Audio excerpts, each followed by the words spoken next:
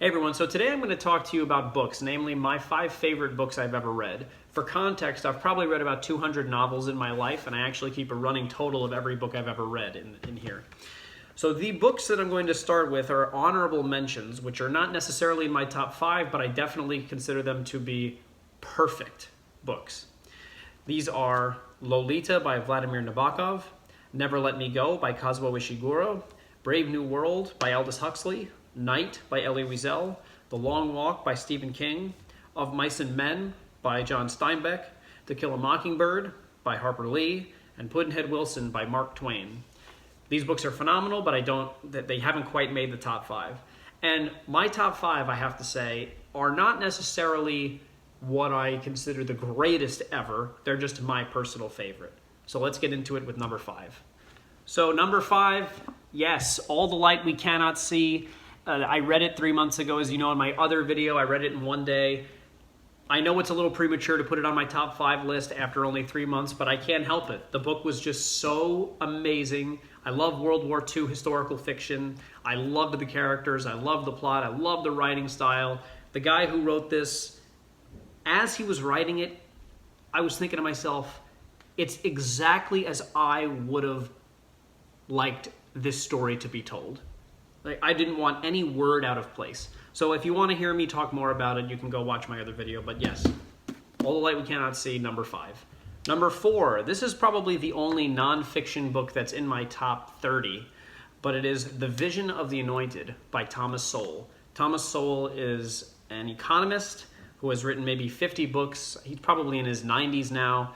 But this book, The Vision of the Anointed, is probably the best book I've ever read about something like social policy. It talks about how the people who are in charge, who make the decisions that we all have to follow and abide by, are probably the people who are least qualified to make those decisions very often.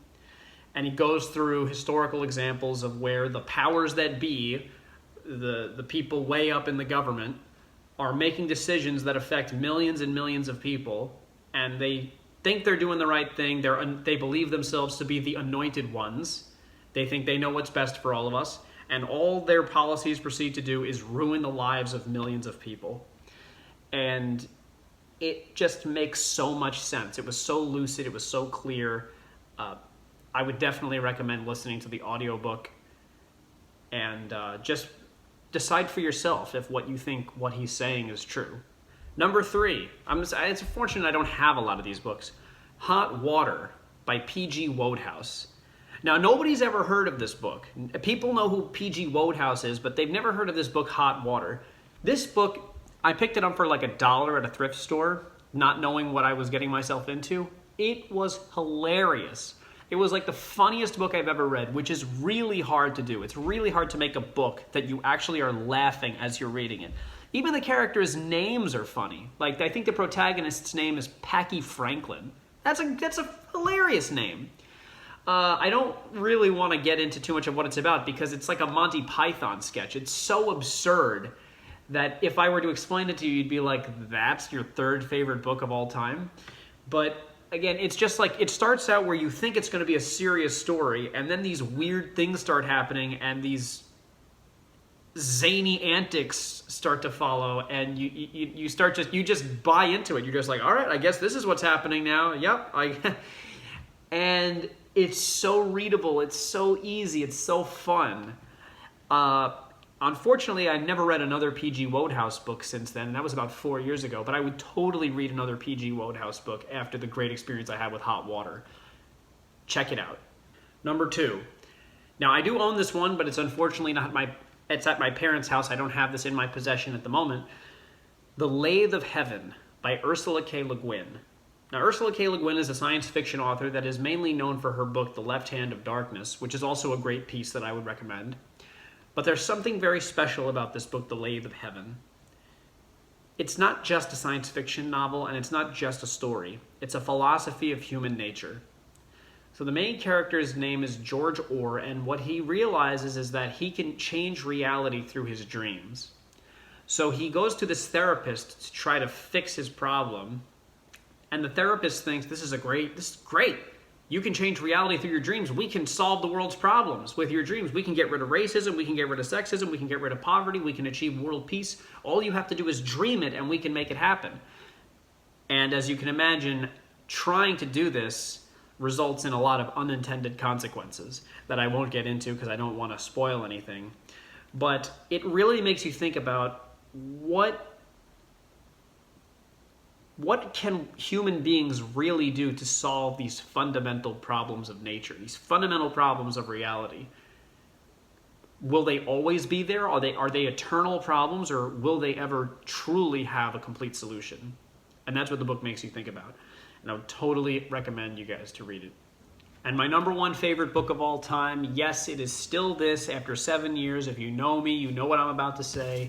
It's The God of Small Things by Arundhati Roy. This book has everything. It is about forbidden love, unrequited love, the loss of innocence, the power of memory, the power of trauma, class strife, societal breakdown, changing times. It's a drama, it's a tragedy, it's a comedy, and every word is perfectly selected. After 7 years of reading this book, I still think about these main characters, the two main twins, Esther and Rahel.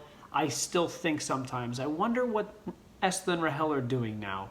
Even though they're fictional characters, that's how connected I became to these characters. Let me just read you the opening lines of this book to give you a taste of how beautiful this writing is. May in Yemenum is a hot, brooding month. The days are long and humid. The river shrinks and black crows gorge on bright mangoes and still dust-green trees.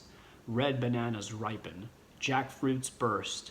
Dissolute blue bottles hum vacuously in the fruity air. Then they stun themselves against clear window panes and die, fatly baffled in the sun. The nights are clear, but suffused with sloth and sullen expectation. The whole book is like that. I don't know how this was Arundhati Roy's first book. I actually had the privilege of meeting her 20 years after she wrote this book when she released her second book, The Ministry of Utmost Happiness, which unfortunately is not nearly as good as this one. I would prefer if she just published this one novel and stuck with it. And she should get some kind of medal for contribution to literature for this book alone. I don't know why I didn't have to read this in high school, or I don't know why more people don't know about this book, but they should. This is a lot more than just a book. This is an experience. And I don't really know what else to say about it other than read it. Read it. Well, guys, that's my top 5 list. There probably are other ones that will enter the top 5 list as the years go on. If I read a new book that takes the number 1 spot, I will change this list. But for the time being, that is my top 5. And please let me know in the comments section what your top 5 books are. I'd love to hear it. I'd love to know what your suggestions are. Right now, I'm trying to work my way through the 100 books that the College Board recommends for college readiness, the classic Western greats, if you will. And also, I'm reading some Booker Prize winners, some Pulitzer Prize winners, so I don't have time for things that aren't the best, okay? We've got limited time on this earth. I only want to read the best of the best. So give me your suggestions, and I'll try to get to them and let you know what I think.